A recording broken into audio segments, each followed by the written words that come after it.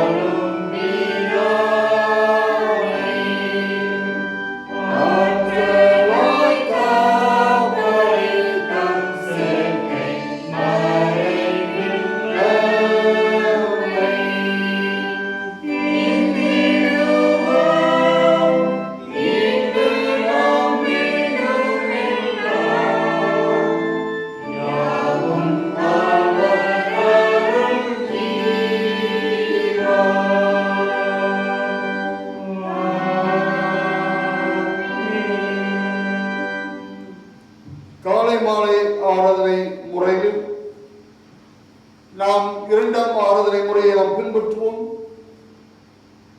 நாம் கடவுளை தொழுவோம்.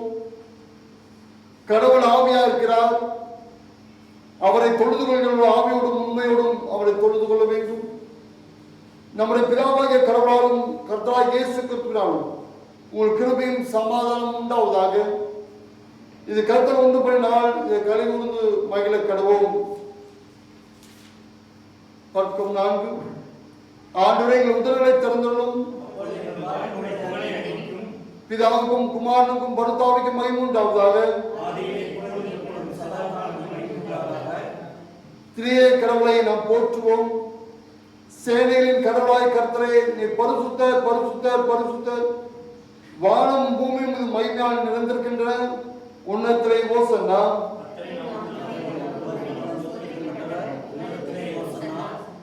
கடவுளே நீ பரிசுத்தர், சர்வ வல்லவரே நீ பரிசுத்தர், சாவாமை உடையவரே நீ பரிசுத்தர். ஆண்டவரே, எங்களுக்காக சிலுவையில் அறையுண்ட எங்கள் மீட்பரே, எங்கள் மேல் கிருபையாயிரும். பரிசுத்த ஆவியாகிய ஆண்டவரே, எங்கள் மேல் கிருபையாயிரும். ஆண்டவரே, எங்கள் ஜெபங்களை மாறாமல் ஏற்றுக்கொண்டு எங்கள் மேல் கிருபையாயிரும்.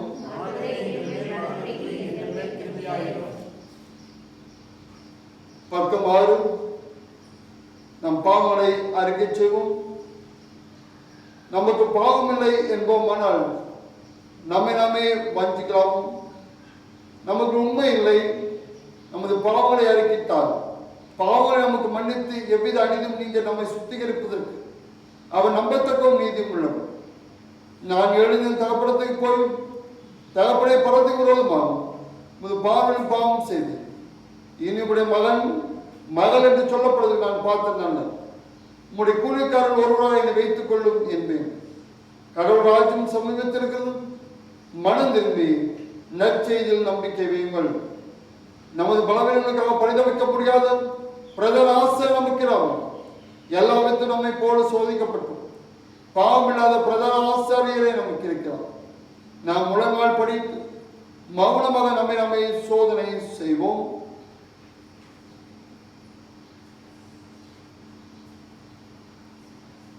நம்மை ஆராய்ந்து பார்ப்போம். ஆண்டவரை வேதனைப்படுத்தக்கூடிய காரியங்கள் நம்மிடத்தில் இருக்கிறதா என்பதை நாம் சிந்தித்து பார்ப்போம்.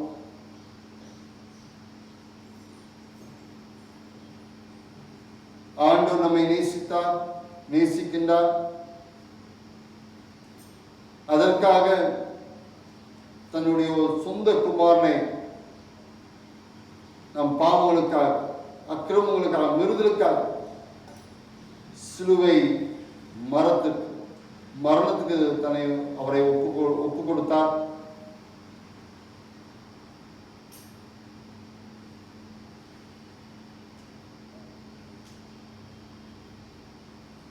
நாம் பாவம் செய்து மறுபடியுமாய் இயேசு கிறிஸ்துவை சிலுவையிலே அறைந்து வேதனைப்படுத்தாது நம் பாவங்களை ஆண்டவரிடத்தில் அறிக்கை செய்வோம்.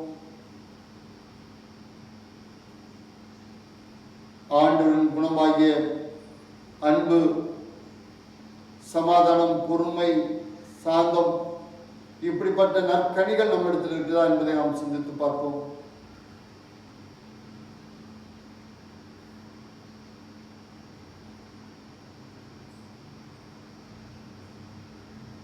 அப்படி இல்லை என்றால் ஆண்டவரே, உம்முடைய நற்கனிகளை எனக்கு தாரும் ஆண்டவரே, உம்மை போல மாற்றும் என்று ஆண்டவரிடத்தில் நாம் கேட்போமா?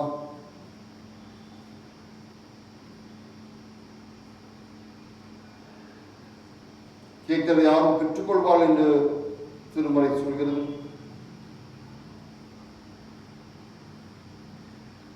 சர்வ வளங்களை கடவுளத்தில் நாம் நமது பாவங்களை தாழ்வோடு அறிக்கிடுவோம்.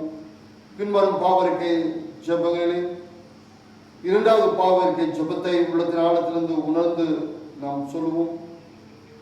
எங்கள் தந்தையான கடவுளே, நினைவினாலும் வார்த்தையினாலும் செய்யினாலும் உமக்கு விரோதமாய் பாவம் செய்திருக்கிறோம். முழு மனதோடு நாங்கள் உண்மை நேசிக்கவில்லை. எங்களுக்கு நாங்கள் அன்பு கூறக்கூடும், எல்லாத்துக்கும் நாங்கள் அன்பு கூறக்கூடும். எங்கள் மேல் இறக்கமாக உண்மை வேண்டிக் கொள்கிறோம். என் பாவ அழுக்கை நீக்கி எங்களை சுத்திகரிக்கிறோம். என் குற்றங்களை விட்டுவிட எங்களுக்கு உதவி ஆண்டவர் இயேசு கிறிஸ்துவின் மூலமாய் வேண்டிக் கொள்கிறோம் பிதாவே, ஆமென். சர்வ வல்லமை மிகுந்திருக்கும் உள்ள ஆண்டவர் மன்னிப்பின் பாவ நிமித்தம் நமக்கு கற்றுத்தாண்டி வாழ்க்கை சீர்ப்பதற்கான காலத்தில் தமது பரிசுத்தாவின் கிருபையும் தேற்றலும் தந்தருள்வாராக. ஆமென். ஆண்டவரை துதியுங்கள். திருமறை பகுதிகளை நாம் வாசிக்க கேட்போம். சத்தியவேதம் கீதம் சுத்தங்கள் போகும் பாதை தீபம்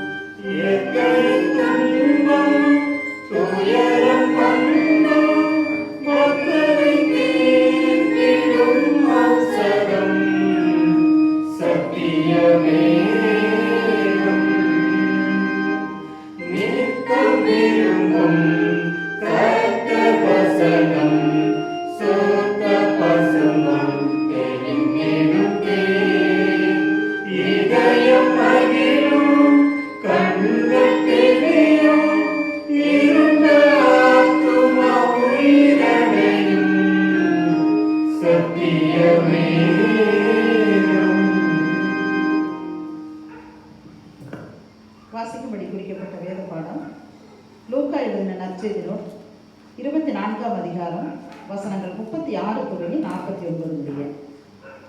லூக்கா எழுதின நற்செய்தி நூல் 24ஆம் அதிகாரம் வசனங்கள் 36 முதல்.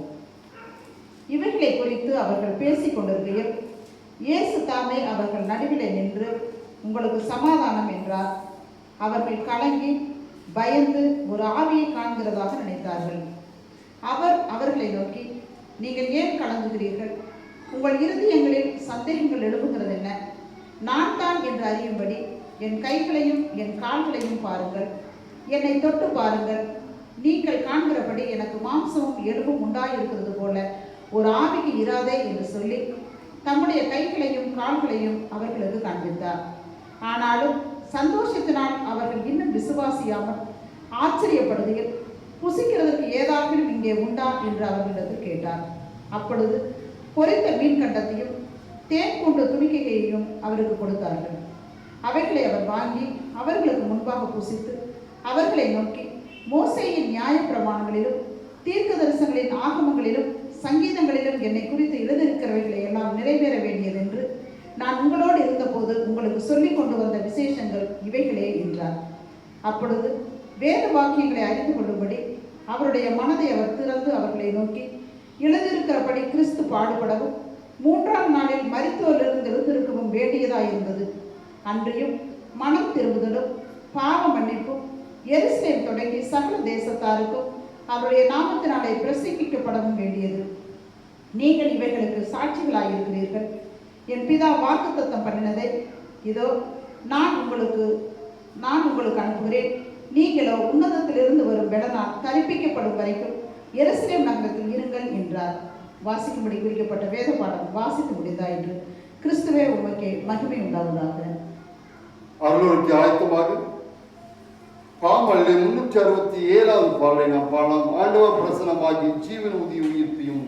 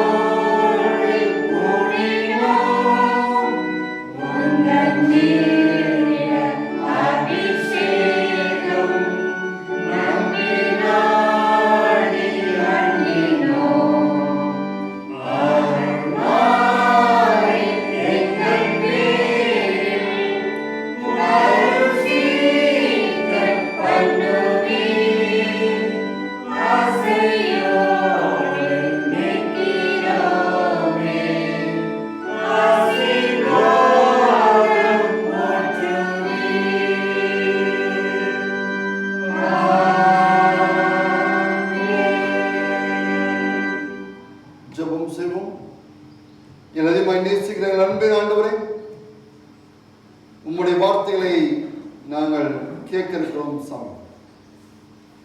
என் வார்த்தைகள் அல்ல, உம்முடைய வார்த்தைகளை நாங்கள் கேட்டு பலனை பெற்றுக்கொள்ள கிருபை தாரும் சாமி. எங்களோடு பேசும் எங்களை மாற்றுகிறார், உம்மை போல மாற்றும் ஆண்டு. எங்களுடைய ஒட்டுமொத்த வாழ்க்கையும் மாற்றமடை சமாதானத்தை நோக்கி என்னுடைய வாழ்க்கையை அமைந்திருக்கிறது. இது தருகின்ற சமாதானத்தை நாங்கள் பெற்று மற்றவர்களுக்கும் அந்த சமாதானத்தை வழங்கக்கூடிய கிருபையை தூய ஆவியானவரை எங்களுக்கு தந்து வழிநடத்துகிறார். நீரை பொருட்படுத்தி உங்களுடைய பிரசனத்தால் ஆட்கொள்கிறார். நாம் இயேசு முழுக்கிக்கு நல்ல கடவுளே, ஆமென். இன்று உங்களோடு நான் பகிர்ந்து கொள்கின்ற தலைப்பு mission as sharing Christ peace, கிறிஸ்துவோட சமாதானத்தை பகிர்தல் என்ற தலைப்பை உங்களோடு தியானிக்க இருக்கின்றேன். நாம் வாழ்ந்து கொண்டிருக்கின்ற இந்த உலகத்திலே சமாதானம் என்பது ஒரு கேள்விக்குறியா இருக்கிறது. கொரோனா நோயினால் உலகமே தடிமாறிக்கொண்டிருக்கின்ற சூழ்நிலை, எங்கு பார்த்தாலும் மரணம் ஓலம் கேட்கக்கூடிய நிலையிலே சமாதானம் என்பது ஒரு எட்டாத கனியாக இருப்பதை நாம் பார்க்கலாம். மக்கள் சமாதானத்திற்காக பல்வேறு காரியங்களை செயல்படுகின்றார்கள். யோகா செய்தால் சமாதானம் வருமா, அல்லது வேறு வேறு காரியங்கள் அங்கே புண்ணிய இடங்களுக்கு சென்றால் சமாதானம் வருமா என்று மக்கள் அங்கெங்கும் அலைபாய்ந்து கொண்டிருப்பதை நாம் பார்க்கலாம். சமாதானம், அமைதி என்பது வேற எங்கும் கிடைக்காத ஒரு பொருள். இயேசு கிறிஸ்து மட்டுமே நமக்கு சமாதானம் தர முடியும் என்று திருமறை திட்டம் தெளிவாய் சொல்கிறது. சமாதானத்தை குறித்து நாம் தியானிக்க இருக்கின்றோம். ஆதியாகமம் புத்தகம் 33வது அதிகாரம் 1-11 வசனத்திலே சகோதரர் கொடுக்கின்ற சமாதானம், சகோதரருக்கு கொடுக்கின்ற சமாதானத்தை குறித்து நாம் பார்க்கலாம். 33:1-11 வசனங்கள். 1-2 வசனம், யாக்கோபு தன் கண்களை ஏறெடுத்து இதோ ஏசாவையும் அவரோடு கூட 400 மனிதனும் வருகிறதை கண்டு, ஏசா 400 மனிதனோடு வருகின்றார். அதை கேள்விப்படுகின்றார், அதை பார்க்கின்றார். பார்த்த உடனே அவருக்கு பயம் ஏற்பட்டு விடுகிறது. ஏசாவுக்கும் யாக்கோபுக்கும் மிகப்பெரிய ஒரு பகை இருந்தது. சேஷ்ட புத்திர பாகத்தை யாக்கோபு பறித்துக் கொண்டார். அவருடைய இன்னொரு சுதந்திரத்தையும் அவர் பறித்துக் கொண்டார். இதனால் ஒரு நீண்ட பகை அவருக்கு இருந்தது. 20 ஆண்டு கால பகை அது. இப்படிப்பட்ட பகை இருக்கின்ற சூழலில் தான் அவர் 400 பேர்த்தோடு வருவதை கண்டு பயந்து நடுங்குகின்றார் யாக்கோபு. 27:41 என் தகப்பனுக்காக துக்கிக்கும் நாட்கள் சீக்கிரமாய் வரும், அப்பொழுது என் சகோதரனாகிய யாக்கோபை கொன்று போடுவேன் என்று ஏசா தன் இதயத்தில் சொல்லிக் கொண்டான். இந்த வார்த்தைகளை அவன் நினைத்திருப்பான். அன்று சொன்னானே, நம்மை கொள்வதற்காக தான் அவன் வருகிறார் என்ற அச்சத்தோடு அவர் பயந்து கொண்டிருந்தார். அவர் அந்த 1ஆம் வசனம் கடைசியிலே பிள்ளையை லேயாளிடத்தில் ராஜனிடத்திலும் 2 பணிவிடைக்காரர்களும் கொடுத்து வேண்டாம். முன்பதாக பணிவிடைக்காரர்கள் வருகின்றார், அடுத்து லேயா வருகிறார், அடுத்து ராகேல் யோசேப்பு, அதுக்கு பின்பதாக யாக்கோபு வருகின்றார். ஒரு சுயநலம் இருந்தது. சரி, யாக்கோபு இவர்களை, ஏசா இவர்களை கொன்று போட்டாலும் அடுத்தடுத்து நம்முடைய மனைவிகளை தப்பித்துக் கொள்ளலாம், வைக்கலாம் என்ற எண்ணம் அவருக்கு இருந்தது. நாமும் எத்தனை ஆண்டுகள் மற்றவர்களோடு பகையோடு நாம் இருக்கிறோம் என்பதை நாம் சிந்திக்க வேண்டும். 20 ஆண்டு பகையாது. நம்ம எத்தனை பேர்த்தோடு நாம் பேசாமல் இருக்கிறோம். பகை உணர்ச்சியோடு நாம் எத்தனை பேர் நாம் வாழ்ந்து கொண்டிருக்கிறோம். கோபத்தோடு, எரிச்சலோடு, பகைமையோடு. ஆண்டவரை நாம் தொழுது கொள்கிறோம், திருச்சபைக்கு வருகிறோம், திருச்சபை எல்லா காரியத்திலும் ஈடுபடுகிறோம், நல்லது. ஆனால் நமக்குள்ளே பகை, வைராக்கியம், கோபத்தோடு நாம் வாழ்ந்து கொண்டிருக்கிறோமா என்பதை நாம் சிந்திக்க வேண்டும். 3ஆம் வசனத்திலே தான் அவளுக்கு முன்பாக நடந்து போய் 7 விசை தலை மட்டும் குனிந்து வணங்கி தன் சகோதரனுடைய கிட்டே சேர்ந்தான். தன் தவற்றை முழுமையாக ஒப்புக்கொண்டான்.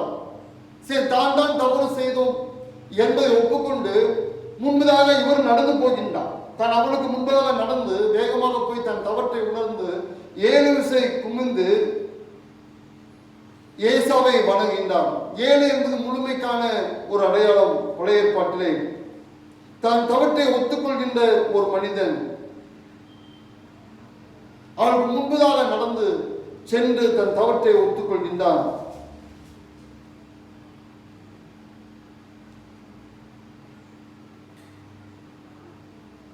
நான்காவது வசனம், அப்பொழுது இயேசு எதிர்கொண்டு ஓடி வந்து அவளை தழுவி அவள் கழுத்தை கட்டி கொண்டு அவனை முத்தம் செய்தான். இருவரும் அழுதார்கள். இவர் முன்பதாக வந்து தன் தவற்றை உணர்ந்து தன் தவற்றுக்காக வருந்ததை நாம் பார்க்கலாம். அங்கே ஏசா வருகின்றார்.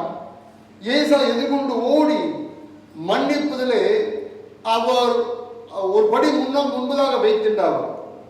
ஏசா எதிர்கொண்டு ஓடி வருகின்றார். 20 ஆண்டுகளாய் அவரை பார்க்கவில்லை, தன் சகோதரனை தம்பியை பார்க்கவில்லை என்று அவன் மிகுந்த வேதனையோடு ஆசையோடு ஓடி வருகின்றான். இருந்த பகையெல்லாம் மறந்து விடுகின்றான்.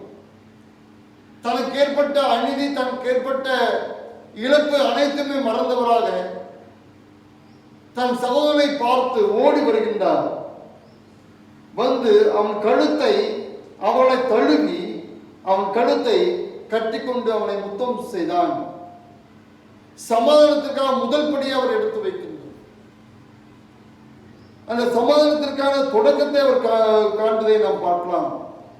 ஓடி வருகின்றார், அவரை அழுத்திக் கொள்கின்றார், முத்தம் இடுகின்றார், அழுகின்றார். தனக்கு இழைக்கப்பட்ட அநீதி, தனக்கு இழைக்கப்பட்ட அவ்வளவு பெரிய துரோகத்தையும் கூட அவர் மன்னித்து மறந்து தன் தம்பியை ஏற்றுக்கொள்வதை அங்கே நாம் பார்க்கின்றோம். மன்னிப்பதை நாம் பார்க்கின்றோம். மனதார மன்னிக்கின்றார். நாம் மற்றவர்களை மன்னிக்க முடிகிறதா? நமக்கு ஏற்பட்ட துரோகம், நமக்கு ஏற்பட்ட இழப்புகளை நாம் மன்னிக்கிறோமா? மறக்கின்றோமா? மற்றவர்களை நாம் ஏற்றுக்கொள்கின்றோமா என்பதை நாம் சிந்திக்க கடமைப்பட்டிருக்கின்றோம். எந்த அளவுக்கு நாம் மற்றவர்களை ஏற்றுக்கொள்கின்றோம்?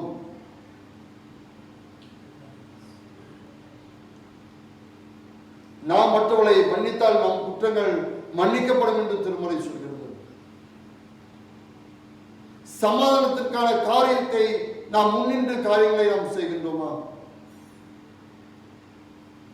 இல்லை நாம் பிடிவாதத்திலே நாம் இருந்து கொண்டிருக்கிறோமா? தவறு இழைக்கப்பட்டாலும் கூட, பல இழப்புகள் ஏற்பட்டாலும் கூட ஏசா யாக்கோபை மன்னித்து ஏற்றுக்கொள்கின்றார். 5-7 வசனங்கள், பகையை மறந்து சமாதான உடன்படிக்கையை ஏற்படுத்திக் கொள்வது. பகையெல்லாம் மறந்து சமாதானத்தை உடன்படிக்கை ஏற்படுத்திக் கொள்கின்றார். விட்டு போன உறவை மறுபடியும் புதுப்பித்துக் கொள்வதை நாம் பார்க்கலாம். அந்த 20 ஆண்டு கால அந்த உறவை மறுபடியும் புதுப்பித்துக் கொள்கின்றார். 8-11 வரைக்கும் கோபத்தை தணிக்கவும் ஏமாற்றத்திற்கான ஈட்டு காரியங்களை அவர் செய்கின்றார். அதுக்கு முன்பதாக யாக்கோபு ஏசாவுக்கான நிறைய பொருட்களை அவர் அனுப்பிவிடுகின்றார். 8-11 வசனங்களிலே ஏசாவுக்கான பொருட்களை அவர் அனுப்பிவிடுகின்றார். அது கேட்கின்ற 8ஆம் வசனத்தை, அப்பொழுது அவன் எனக்கு எதிராக கொண்டு வந்த அந்த மந்தையெல்லாம் எண்ணத்துக்கு என்றான். அதற்கு அவன், என் ஆண்டவனுடைய கண்களில் எனக்கு தயவு கிடைக்கிறதற்கு என்றான். சரி, அவரை ஏமாற்றி விட்டோமே, 2 முறை ஏமாற்றி விட்டோம். அவருக்குரிய அனைத்து ஆசீர்வாதங்களும் நாம் பெற்றுக்கொண்டோம். அது ஈட்டு தொகையாக, அது சரி கட்டும் விதமாக அவருக்கு வேண்டிய பொருட்களை அனுப்பி வைக்கின்றார். ஆனால் அவரோ, இது எனக்கு வேண்டாம், எனக்கு இருக்கிறது என்று அதை மறுத்து விடுகின்றார். மீண்டுமாக வற்புறுத்தி அதை யாக்கோபு ஏசாவிடத்தில் தருகின்றார். சமாதானம் என்பது சொல்லிவிட்டால் சமாதானம் ஆகாது. யாரை ஏமாற்றினமோ அதுக்கான பொருளை கொடுக்கும் போதுதான் சமாதானம் ஏற்படும். இருவரும் கை கொடுத்தார்கள், கட்டிப்பிடித்தார்கள், முத்தமிட்டார்கள், அழுதால் அதோடு முடிந்து விடுவதில்லை சமாதானம் என்பது. ஏமாற்றத்திற்கான பொருளை கொடுக்கும் போதுதான் அங்கே சமாதானம் ஏற்படும். சமாதானத்தின் முழுமை கொடுப்பதிலே அடங்குகிறது. சகையு அவருடைய பாவத்தை உணர்ந்த போது கடவுளோடு ஒப்புரவாகின்றான். தான் யாரிடத்திலெல்லாம் அநியாயமாய் பெற்றுக்கொண்டதை நாளத்தினா கொடுப்பேன் என்று சொல்வதன் மூலமாக தான் கடவுளுக்கும் அவருக்கும் உள்ள அந்த சமாதான உறவு நீடிக்கிறது. சமாதானம் என்பது கொடுப்பதன் மூலமாய் அது தொடர்ந்து நீடிக்கக்கூடியதாக இருக்கிறது. ரோம 7:15 சமாதானமாய் இருக்கும்படிக்கே கடவுள் நம்மை அழைத்திருக்கிறார். சமாதானமாய் இருக்கும்படிக்கே கடவுள் நம்மை அழைத்திருக்கிறார் என்று சொல்லி, சண்டை போடுவதற்கல்ல, பிறரோடு பகையோடு வாழ்வதற்காக அல்ல ஆண்டவர் நம்மை தெரிந்து கொண்டது, சமாதானமாய் வாழ்வதற்காக ஆண்டவர் நம்மை தெரிந்து கொண்டார். 1 தெசலோனிக்கர் 5:3 உங்களுக்குள்ளே சமாதானமாயிருங்கள் என்று சொல்கிறார்.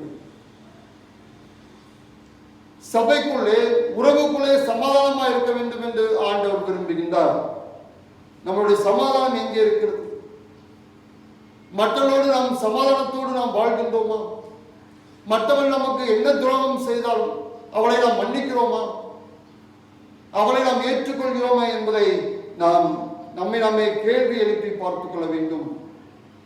இரண்டாவதாக லூக்கா எழுதின நற்செய்தி நூல் 24வது அதிகாரத்திலே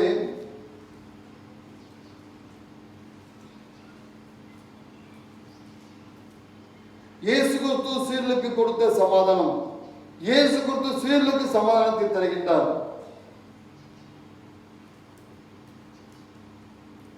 இந்த பகுதியிலே இயேசு கிறிஸ்து 40 நாட்கள் சீர்களுக்கு தன்னை வெளிப்படுத்துகின்றார். தான் உயிரோடு இருக்கிறேன், உயிரோடு எழுந்திருக்கிறேன் என்பதை சீர்களுக்கு காண்பிக்கிறார். ஏனென்றால் சீடர்கள் இயேசு கிறிஸ்துவை உயிரோடு இருப்பதாக கண்டு உணர்ந்து அவரை பற்றி உலகெங்கும் அறிவிக்க வேண்டும் என்பதுதான் கட்டளை. அதற்காக இயேசு கிறிஸ்து சீடரிடத்தில் தான் உயிரோடு இருப்பதை அதை நிலைநிறுத்துகின்றார். 40 நாட்கள் அதை சீடருக்கு வெளிப்படுத்துகின்றார். அதே போல இந்த பகுதியில் அதை நிலைநிறுத்துகின்றார். லூக்கா எழுதின நற்செய்தி நூல் 24ஆம் அதிகாரத்திலே 36 49 வசனங்களிலே அதை காண்பிக்கின்றார். 36ஆம் வசனத்திலே இவைகளை குறித்து அவள் பேசிக் கொண்டிருக்கையில் இயேசு தாமே அவள் நடுவில் நின்று உங்களுக்கு சமாதானம் என்றார். இவளை குறித்து மேலே சொன்ன காரியங்களை குறித்து எம்மவு சீரத்தில் தன்னை வெளிப்படுத்துகிறார் ஆண்டவர். அந்த காரியங்களை குறித்தெல்லாம் அந்த சீரர்கள் மற்ற 11 சீரரிடத்தில் அவள் சொல்லிக் கொண்டிருக்கின்றார். இவளை குறித்து அவள் பேசிக் கொண்டிருக்கிறாள். அந்த நேரத்தில் இயேசு தாமே அவள் நடுவில் நின்று உங்களுக்கு சமாதானம் என்றார். சீரர்கள் யாரும் இயேசுவை கூப்பிடவில்லை, வாங்க என்று கூப்பிடவில்லை. அவர் பூட்டப்பட்ட அறையிலே அவர் தாமாக வருகின்றார். அவர் தாமாகவே வாலண்டியா இயேசு கிறிஸ்து சீரர்களுக்கு சமாதானத்தை தருகின்றார்.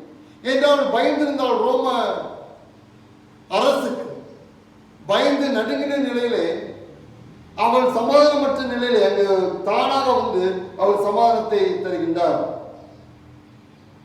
இரண்டாவதாக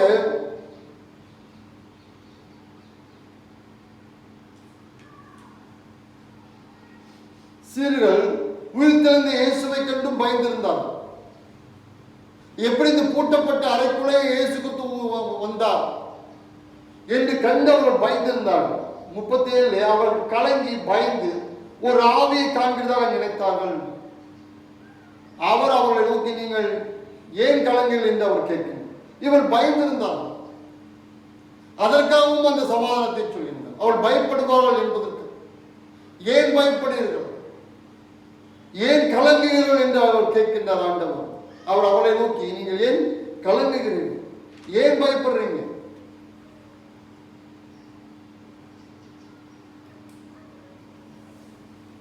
நாமும் கூட பல காரியங்களே கலக்கம் அடையும். உலகத்தில் நடக்கின்ற காரியங்கள், பல்வேறு நோய்கள், பல்வேறு பிரச்சனைகள், இந்த கொரோனா எப்பொழுது ஒழியும் என்று தெரியவில்லை. ஜூன் ஜூலை மாதத்தில் அதிகமாகும் என்று சொல்கின்றார்கள். வெட்டுக்கிளை கூட்டம் வருகிறது என்று சொல்கின்றார்கள். இப்படி பல்வேறு காரியங்கள் நம்மை அச்சுறுத்திக் கொண்டிருக்கிறது. மக்கள் கலக்கமாக இருக்கின்றார்கள். ஆண்டவர் சொல்கின்றார், நீங்கள் ஏன் கலங்குகிறீர்கள்? ஆண்டவர் நம் மத்தியில் இருப்பதை நாம் அறிந்து கொள்வதில்லை. இயேசு கிறிஸ்து அவர் மத்தியில் வருகின்றார், தாமாக வருகின்றார். தாமாக வந்து அவர் சமாதானத்தை தருகின்றார். நம்மோடு இருக்கின்ற இயேசு கிறிஸ்துவை நாம் அறிந்து கொள்வதில்லை, புரிந்து கொள்வதில்லை. அவர் தருகின்ற சமாதானத்தையும் நாம் ஏற்றுக்கொள்வதில்லை. இந்த சீலும் அதே நிலையில் தான் இருந்தார், கலக்கமுற்ற நிலையிலே, பயந்த நிலையில் இருந்த சீலை பார்த்து ஆண்டவர் சொல்கிறார், ஏன் நீங்கள் கலங்குகிறீர்கள்? உங்கள் இருதயங்களிலே சந்தேகங்கள் எழுகிறது. அவளது சந்தேகம் வந்து இயேசு கிறிஸ்து உயிரோடு எழுந்ததை குறித்து சந்தேகம். அவள் இயேசு கிறிஸ்து சொன்னதெல்லாம் மறந்து விட்டார். தான் மறிப்பேன், உயிரோடு எழுந்திருப்பேன் என்பதெல்லாம் சொன்னதெல்லாம் மறந்து விட்டார்கள் அவர்கள். இப்பொழுது சந்தேகம் வந்து விட்டது அவளுக்கு. சமாதானம் சொன்ன இயேசு கிறிஸ்துவை கண்டு பயந்து விட்டார்கள்.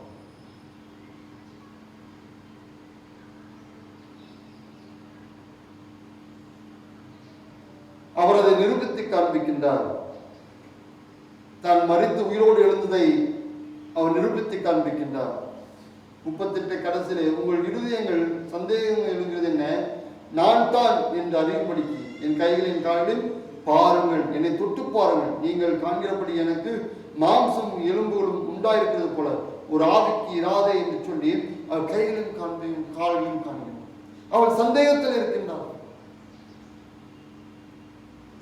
நம்மளுக்கு வருகின்ற பிரச்சனைகள், போராட்டங்கள், கஷ்டங்கள், இழப்புகள்,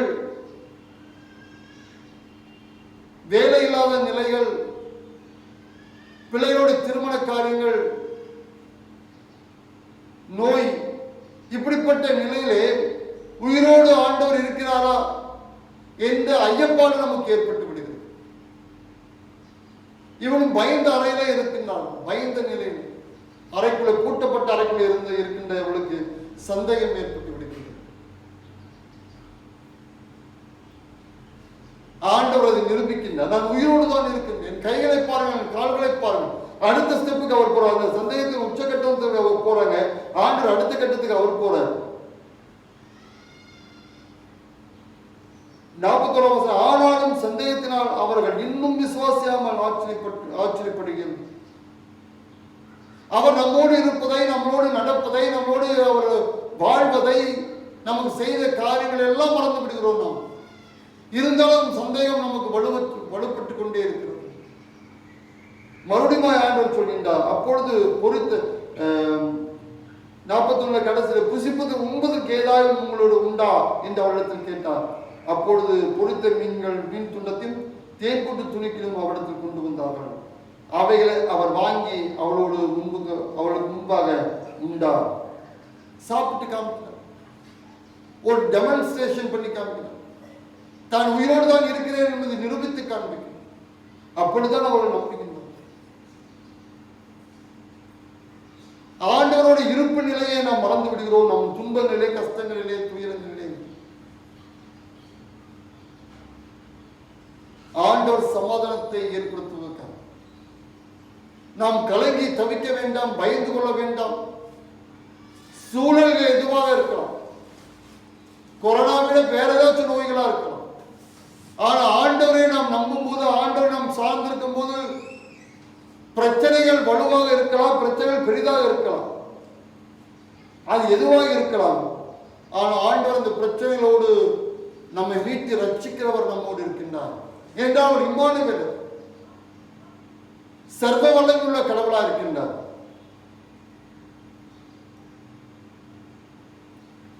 இயேசு கிறிஸ்து கடவுள் மீது நடந்த போது பேதுரு அதை பார்த்து தான் நடக்க வேண்டும் என்று இயேசுக்கு பர்மிஷன் கேட்டு அவர் நடக்கின்றார். இயேசுவை பார்த்தால் பிரச்சனை இல்லை, அலைகளை அவர் பார்த்து இவ்வளவு பெரிய அலைகள் இருக்கிறதே நம்மை மூழ்கடித்து விடுமே என்று பார்த்தவுடனே மூழ்கி போனார்.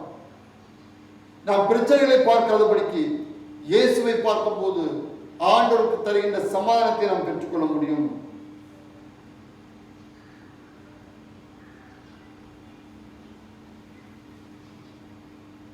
அவர் வேத வாக்கியங்களை பற்றியெல்லாம் பேசிக் கொண்டிருக்கின்றார்.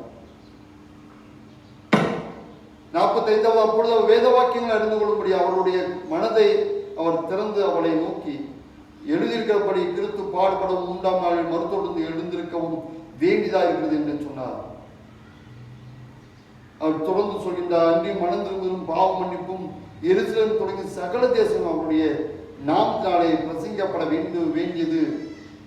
நீங்கள் இவர்களுக்கு சாட்சி. அவள் சாட்சியாய் உலகம் எங்கும் செல்ல வேண்டும் என்பதற்காக தான் இயேசு கிறிஸ்து அங்கே கூட்டப்பட்ட அறைக்குள்ளே வருகின்றார். அவள் சமாதானத்தை தருகிறார். அவள் நம்ப வேண்டும், அவள் நம்பி மற்றவர்களுக்கு அறிவிக்க வேண்டும் உலகம் எங்கும். அதனால அவள் சொல்கிறார், 49 நீங்கள் உன்னதத்தில் இருக்கிற வரும் பலனால் தெரிவிக்கப்படும் வரைக்கும் எருசலேமில் நகரத்தில் இருங்கள். தூய ஆவியானவர் தான் நமக்கு நம்பிக்கை தரக்கூடிய, தூய ஆவியானவர் தான் நமக்கு பலத்தை தரக்கூடிய. இயேசு உயிரோடு எழுந்தார், இயேசு என்னோடு இருக்கின்றார், என்னுடைய கஷ்டத்திலே துன்பத்திலே பாடுகள் மத்தியில் என்னோடு இருக்கின்றார், என்னை காப்பாற்றுவார் என்னை நம்ப வைக்கிறதா தூய ஆவியானவர். சும்மா நமக்கு நம்பிக்கை வந்து விடாது இயேசுவின் மீது. அந்த சமாதானத்தை பெற்றுக்கொள்ள வேண்டும் என்றால் இயேசுவை நம்ப வேண்டும். இயேசுவை நம்ப வேண்டும் என்றால் தூய ஆவியானவர் பலம் வேண்டும். நம்மளுடைய கஷ்டங்களே துன்பங்களிலே மத்தியிலே அவரை நம்ப வேண்டும்.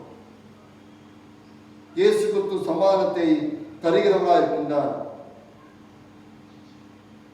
அவள் சமாதானத்தின் நற்செய்தியை அறிவிக்க வேண்டும் என்பதற்காக தான் இவர்களை பயிற்றுவிக்கின்றார்.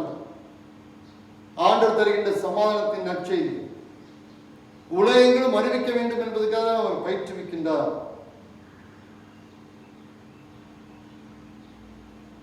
இறுதியாக பிலிப்பியர் 4வது அதிகாரத்தை நாம் திருப்பிக் கொள்வோம். பிலிப்பியர் 4ஆம் அதிகாரம் 4. புத்தி கெட்டாத சமாதானத்தை பெரும் வழி. சகோதரத்தில் கொடுக்கின்ற சமாதானம், இயேசு கிறிஸ்து தன்னுடைய பிள்ளைகளை கொடுக்கின்ற சமாதானம். இந்த சமாதானத்தை, கடவுள் தருகின்ற சமாதானத்தை நாம் பெற்றுக்கொள்வது எப்படி? புத்தி கெட்டாத சமாதானத்தை பெற்றுக்கொள்வதற்கான வழிதான் இந்த பிலிப்பில் சொல்லப்படுகிறது. பிலிப்பு சபை ஐரோப்பியா கண்டத்திலே முதலாவதாக உருவாக்கப்பட்ட சபை. பவுலடியார் 2வது நற்செய்தி பயணத்தின் போது அந்த பிலிப்பு பகுதிக்கு சென்று நற்செய்தி அறிவித்து ஒரு புதிய சபையை அங்கே உருவாக்குகின்றார். அந்த பிலிப்பு மக்களுக்கு அவர் சொல்கின்றார், 4வது வசனம் 4:4 கர்த்தருக்குள் எப்போதும் சந்தோஷமாயிருங்கள், சந்தோஷமாயிருங்கள் என்று மறுபடியும் சொல்கிறேன் என்று சொல்லி இந்த பிலிப்புக்கு பட்டணத்துக்கு நிருபத்தை எழுதும் போது அவர் சிறையிலே இருக்கின்றார். அவர் சிறைச்சாலையில் இருந்து கொண்டு அவர் என்ன சொல்கின்றார்? சந்தோஷமாயிருங்கள். அவர் எப்பொழுதும் சந்தோஷமாயிருங்கள், சந்தோஷமாயிருங்கள் என்று மறுபடியும் சொல்கிறேன். ஒரு சிறைவாசனத்தில் இருக்கிறார், துன்பத்தில் இருக்கிறார், வேதனையோடு துக்கத்தோடு இருக்கும் போது அவருக்கு எப்படி இப்படி வாழப்பட்ட வார்த்தைகள் வருகிறது? சமாதானத்தின் கடவுள் அவரோடு இருப்பதனால்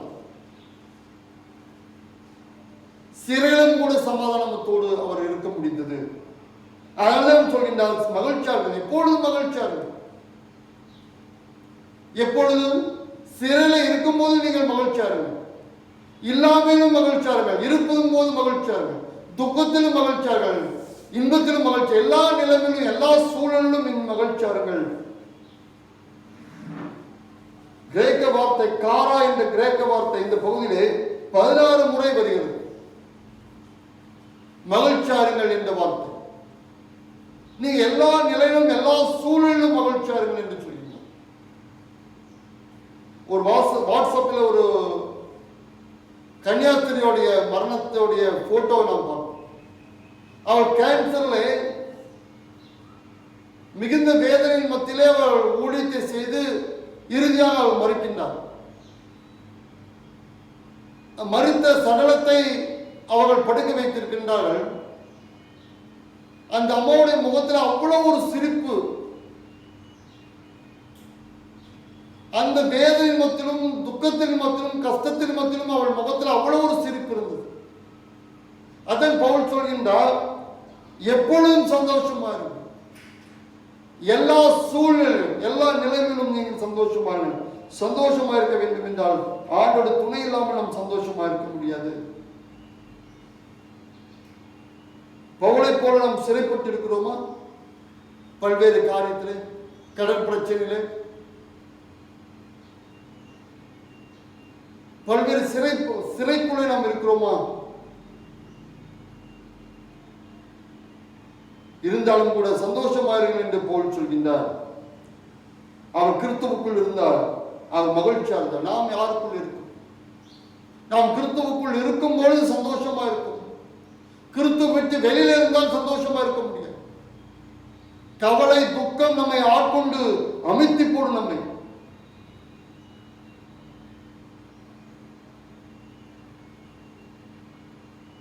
கவலை என்பது மிகப்பெரிய ஒரு நோய். அது மனநோய். அது பிசாசோடைய ஒரு ஆயுதம் கவலை என்பது. எனக்கு தெரிந்த ஒரு தாயார் கவலைப்பட்டு மனநோயாய் மாறிவிட்டார். மனநோயாளியா பவுல் சொல்கின்றார், நீங்கள் ஒன்றுக்கும் கவலைப்படாமல் எல்லாவற்றையும் குறித்து உங்கள் விண்ணப்பங்களையும் தோத்திரத்தோடு கூடிய ஜெபத்தினாலும் கடவுளுக்கு தெரியப்படுத்தும். நீங்கள் எதற்கும் கவலைப்பட வேண்டும். ஐயோ இப்படி இருக்கிறதே, உலகம் இப்படி போய்கொண்டிருக்கிறதே, நோய் இன்னும் மாறவில்லையே, வேலை இல்லையே,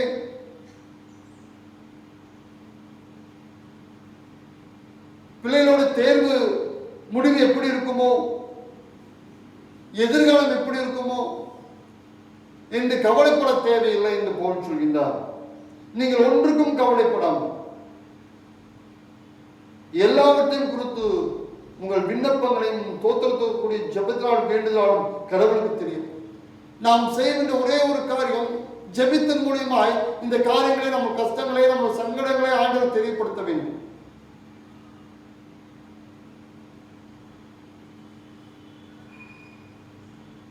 அதை தெரியப்படுத்தும் போது அவன் சொல்கின்றார், அப்பொழுது எல்லா புத்திக்கும் மேலான தேவ சமாதானம் உங்கள் இருதயங்களையும் உங்கள் சிந்தனையும் கிறிஸ்து இயேசுவுக்குள்ளாக காத்துக்கொள்ளும். அப்பொழுது எல்லா புத்திக்கும், நம்ம அழிவுக்கு, நம்முடைய சிந்தனைக்கு அப்பாற்பட்ட ஒரு சமாதானத்தை ஆண்டவர் தரும். நாம் எண்ணி முடியாத ஒரு சமாதானத்தை, நாம் எதிர்பார்க்காத சமாதானத்தை தரும்.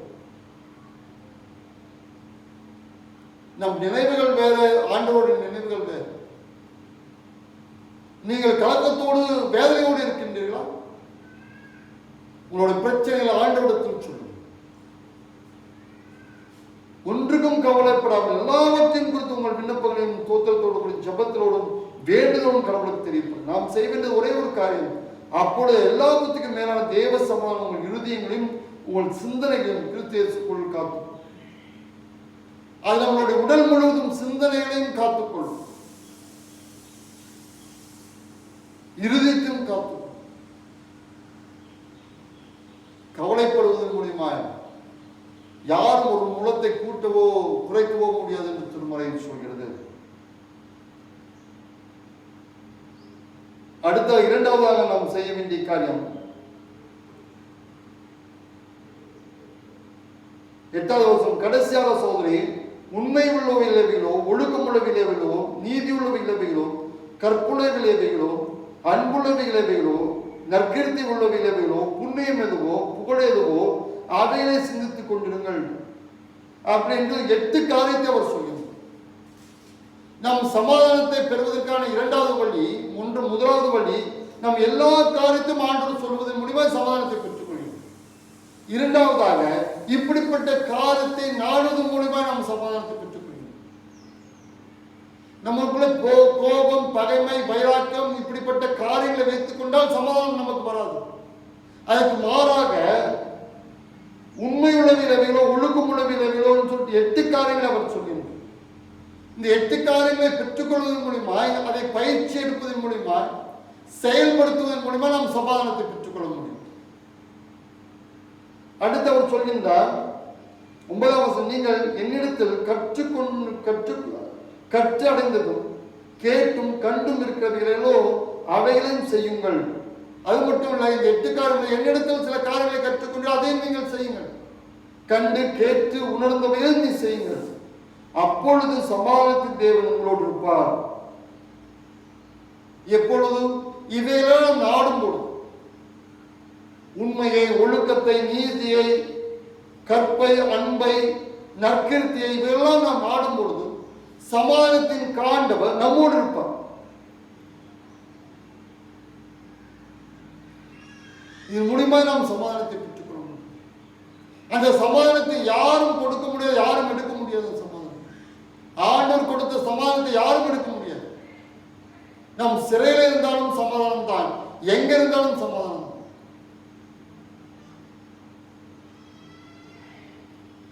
சீரெல்லாம் அடிபட்ட போது, நற்செய்திக்காக பாடுபட்டும் போது அவள் மகிழ்ச்சியோடு சந்தோஷத்தோடு வெளியே வந்தார்கள் என்று திருமறை சொல்கிறது.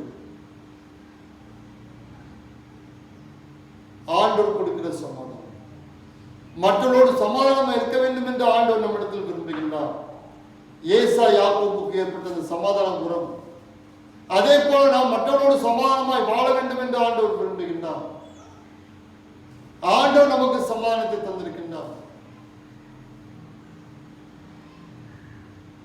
பிலிப்பியர் 4ஆம் அதிகாரத்தில் இந்த காரியங்களை நாம் செய்வதன் மூலமாய் ஆண்டவர் தருகின்ற சமாதானத்தை, அதுவும் புத்தி கெட்டாத சமாதானத்தை நாம் பெற்றுக்கொள்ள முடியும்.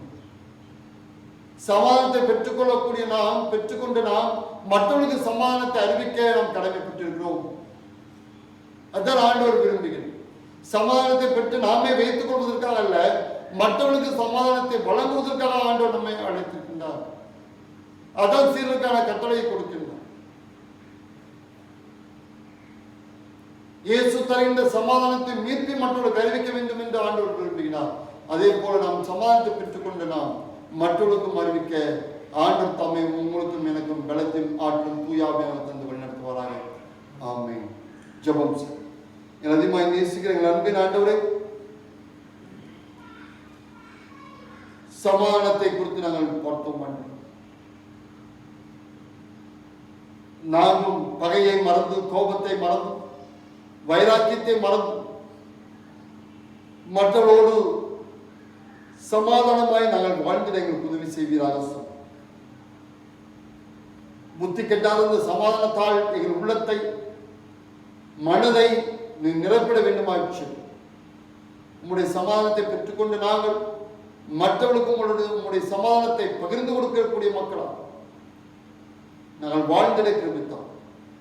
எங்களோடு தொடர்ந்து பேசும் இயேசு முழுக்க எங்கள் நல்ல கடவுளே. ஆமென். அருளுரை கேட்டு நாம் யாரும் எழுதுங்கள். நமது விசுவாசத்தை அப்போஸ்தல விசுவாச பிரமாணத்தோடு இணைந்து நாம் சொல்வோம். நமது விசுவாசத்தை அப்போஸ்தல விசுவாச பிரமாணத்தோடு யாரும் இணைந்து நாம் சொல்வோம். பக்கம் 15வது பக்கம். வானத்தையும் பூமியும் படைத்த சர்வ வல்லமை பிதாவை கடவுளை விசுவாசிக்கிறேன். அவருடைய ஒரே குமாரனாகிய நம் நாதர் இயேசு கிறிஸ்துவை விசுவாசிக்கிறேன். அவர் பரிசுத்த ஆவியானவரை கருணையில் உற்பத்தி பிறந்தார். உந்துகளாத்தின் காலத்தில் பாடுபட்டு சிலுவையில் அறைந்து அடக்கப்படப்பட்டார். பாதாளத்திலே 3ஆம் நாள் உயிர் தொழுது பரலோகத்துக்கேறி சர்வ வல்லமை பிதாவை கடவுளை வலது புறத்தில் கட்டினார். அவிடத்தில் உள்ளோரின் மனிதன் நியாயம் வருவார். பொருத்தாவை விசுவாசிக்கிறேன். புதுவாய்க்கப்பட சொல்லி பரிசுத்தமான ஐக்கியம் பாவம் சரிந்து நித்திய ஜீவனில் விசுவாசிக்கிறேன். ஆமென். காணிக்கை பாடலாம். கிறிஸ்துவ கீர்த்தனை 219வது பாடலை நாம் பாடலாம். கிறிஸ்துவ கீர்த்தனை 219வது பாடல். நீங்கள் வீட்டில் இருந்தபடி இந்த பாடலை நீங்கள் பாடலாம். உங்களுடைய காணிக்கைகளை நீங்கள் எடுத்து வைத்து வழிபாடு தொடங்கும் போது நீங்கள் வந்து இந்த காணிக்கைகளை நீங்கள் படைக்கும்படி உங்களை அன்புடன் கேட்டுக்கொள்கின்றேன். 219வது கீர்த்தனை. நித்தம் என் மனமே பரிசுத்த ஜீவித்தில் மெத்த வளரணி.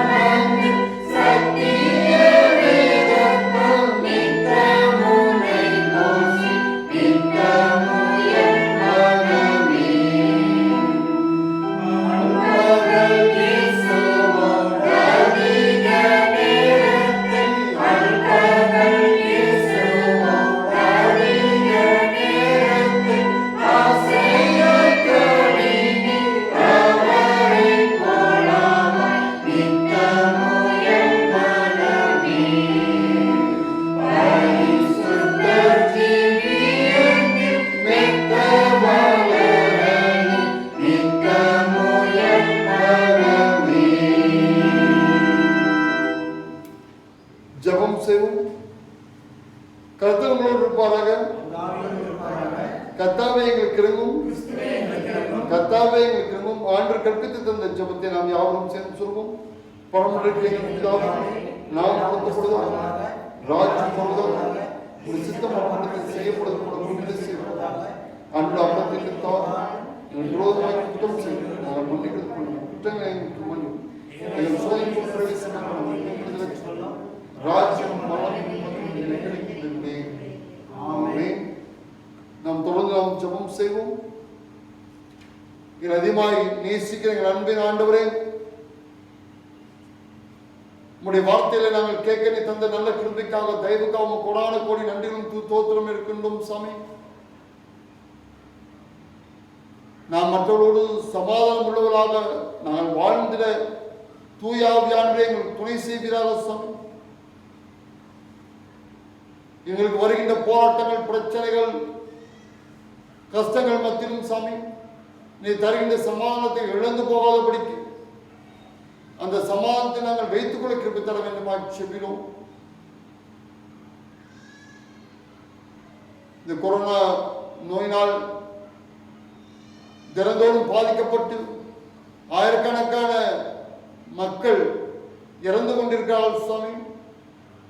லட்சக்கணக்கான மக்கள் பாதிக்கப்பட்டுக் கொண்டிருக்கின்றார்கள். உறவுகளை இழந்து தவிக்கின்ற ஒவ்வொரு மக்களுக்கும் நீ சமாதானத்தை தருவீராக. உம்முடைய சமாதானத்தால் அவளை ஆட்கொள்வீராக நிறைப்பட வேண்டுமாய் செபிக்கிறோம் சாமி. வியாதியாயிருந்து ஆஸ்பத்திரியில் ட்ரீட்மெண்ட் எடுத்துக் கொண்டிருக்கிற ஒவ்வொரு மக்களுக்காக நாங்கள் செபிக்கிறோம். அவளுக்கு நல்ல சுகத்தை தருவீராக சாமி. அவள் நோயிலிருந்து விடுதலை பெற்று வீடு திரும்ப உமக்கு நன்றி செலுத்த கிருபை தர வேண்டுமாய் செபிக்கிறோம். இந்த நோய் கிருமி முழுதும் சீக்கிரத்தில் அழிக்கப்பட்டு உலகம் முழுதும் ஒரு சமாதானத்தோட சூழ்நிலை வர கிருபை தர வேண்டுமாய் செபிக்கிறோம். இந்த நோயினால் போர் சூழும் நிலையும் இருப்பதை நாங்கள் அறிகிறோம் சாமி. அப்படிப்பட்ட நிலைகள் வந்து விடாதபடிக்கு நீ காத்துக்கொள்ள வேண்டுமாய் செபிக்கிறோம் சாமி.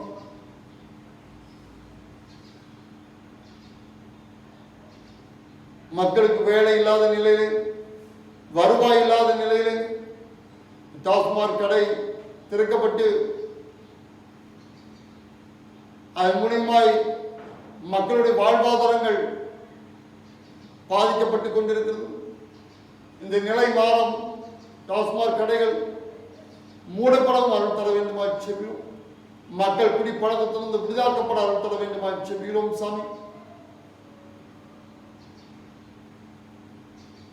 குடும்பங்கள் காப்பாற்றப்பட, மீண்டுமாக வன்முறைகள், கொலைகள், விபத்துகள் நேராதபடி நீ காத்துக்கொள்ள வேண்டுமா செபிக்கிறோம் சாமி. எங்கள் சபை மக்கள் ஒவ்வொருவருடைய திருப்பாத்திரப்பையும் ஆசீர்வதிப்பீராக, மக்களை நன்மையாக நிரப்புவீராக, இழந்து போன வேலை மறுபடியும் கிடைக்கும், அந்த வேலைகளை செய்து பொருளாதாரத்திலே உயர்வை ஆசீர்வாதத்தையும் கண்டுகொள்ள அருள் தர வேண்டுமா செபிக்கிறோம் சாமி. பப்ளிக் தேர் எழுதுன எல்லா பிள்ளைகளுக்காக செபிக்கிறோம். நல்ல ரிசல்ட் கிடைக்க அருள் தர வேண்டுமா செபிக்கிறோம் சாமி. அதை தொடர்ந்து நல்ல கோர்ஸ் கிடைக்க அருள் தர வேண்டுமா செபிக்கிறோம். ஜூன்ல 10th எக்ஸாமினேஷன் தன்னை ஆயத்தப்படுத்திக் கொண்டிருக்கிற ஒவ்வொரு பிள்ளைகளுக்காக செபிக்கிறோம். பிள்ளைகள் சிறப்பாக தேர்வை எழுதி நல்ல மதிப்பெண்ணோடு தேர்ச்சி அடையவும், நல்ல குரூப் கிடைக்கும், 11th நல்ல குரூப் கிடைக்கும் அருள் தர வேண்டுமா செபிக்கிறோம் சாமி.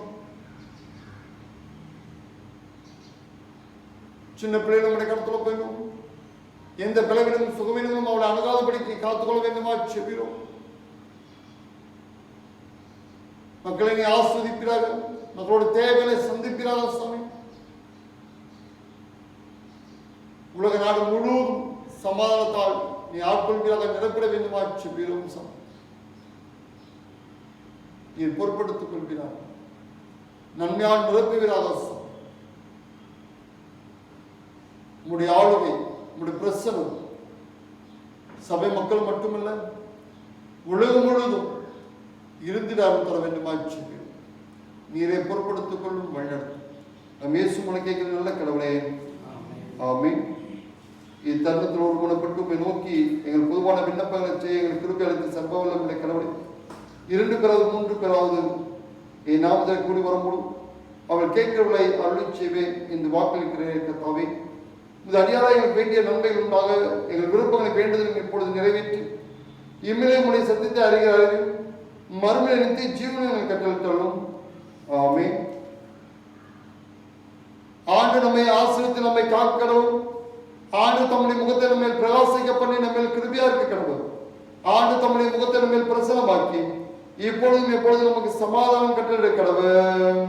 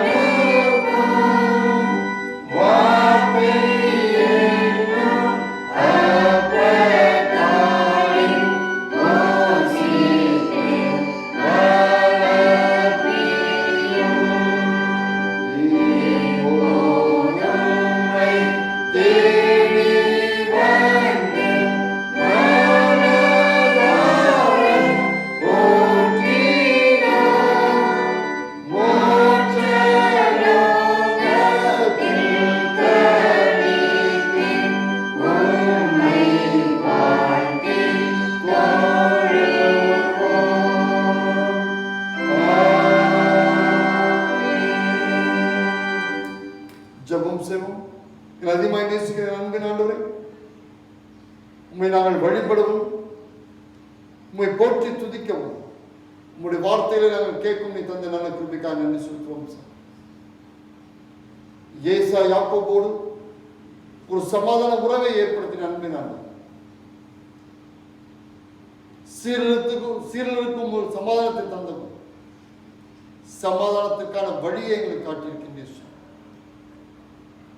நாங்கள் யாரையும் பகைக்காதபடி, யாரையும் விரோதிக்காதபடி, இந்த வாழ்க்கை குறுகிய வாழ்க்கை என்பதை உணர்ந்து அனைவரிடத்தும் நாங்கள் சமாதானம் உள்ளவர்களாய் நாங்கள் வாழ்ந்திட எங்களுக்கு உதவி செய்வீராக. சமாதானத்துக்குரிய உள்ளத்தை எங்களுக்கு தருவீராக. நீர் தருகின்ற அந்த சமாதானத்தை நாங்கள் பெற்று அதை மற்றவர்களுக்கும் கொடுத்து விட எங்களுக்கு உதவி செய்வீராக. உம்மை தேடுவதன் மூலமாய், உம்மை நேசிப்பதன் மூலமாய், உம்முடைய வார்த்தைகளை நாங்கள் பின்பற்றுவதன் மூலமாய் நாங்கள் சமாதானத்தை பெற்று சமாதானமாய் வாழ்ந்து சமாதானத்தை இழந்து தவிக்கிற மக்களுக்கு நாங்கள் சமாதானத்தை கொடுக்கிறவர்களாய் நாங்கள் மாறிட தூயாவியான் தாமே எங்களுக்கு துணை செய்வீராக. அதற்காக நாங்கள் உமக்காக காத்திருக்க எங்களுக்கு உதவி செய்வீராக. இதை கேட்கிற ஒவ்வொரு மக்களுக்கும் உம்முடைய சமாதானத்தை நீ தருவீராக, சமாதானத்தால் நீ நிரப்புவீராக. ஒவ்வொரு தனிநபர்கள் மீதும் குடும்பத்தின் மீதும் அவருடைய பணிகள் அனைத்தும் நம்முடைய சமாதானம் நிலவ ஆட்சி செய்ய அருள் தருகிறார். நீரை பொருட்படுத்திக் கொள்ளும் வழிநடத்தும் பேசு முழுக்கைகள் நல்ல கடவுளே, ஆமென். என் ஆத்மாவே கர்த்தரை தூற்றி, என் முழுமை பரிசுத்தத்தை என் ஆத்மாவே கர்த்தரை கர்த்தர் சகல நன்மையும் வருவதே. ஆமென். ஆண்டவர் உங்களோடு இருப்பாராக. சமாதானத்தோடு சென்று வாருங்கள்.